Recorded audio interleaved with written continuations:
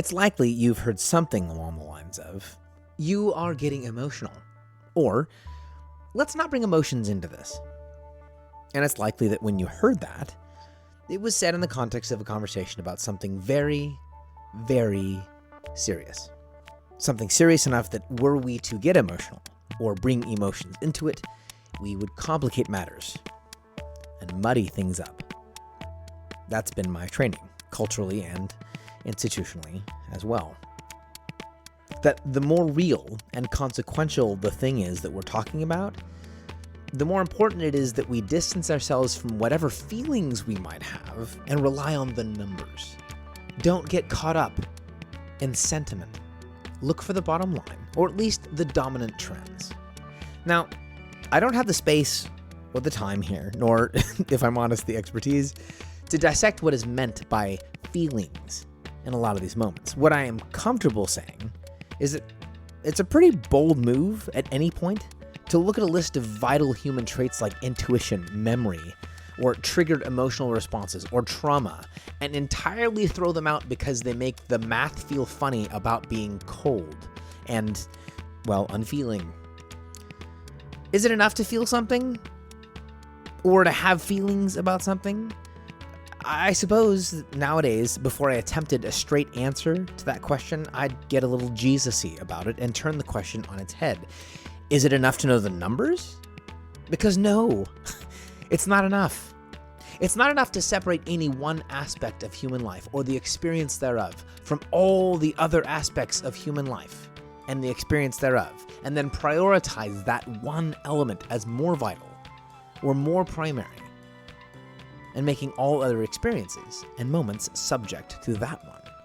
Do the numbers matter? Yes, but only insofar as those numbers represent patterns of very real, often highly individualized human experiences. And look out, feelings in those experiences. Does the way I feel matter? Thank God, yes. And when I look at the numbers, if I find myself alone in the way I feel about something, I get to ask some really good, really hard questions about how I see and experience my own life. It's hard to be whole. It's hard to be whole as an individual, and even more so as a collective of people. In part, it's hard because being whole doesn't always come with being at peace within myself or with those I'm living with.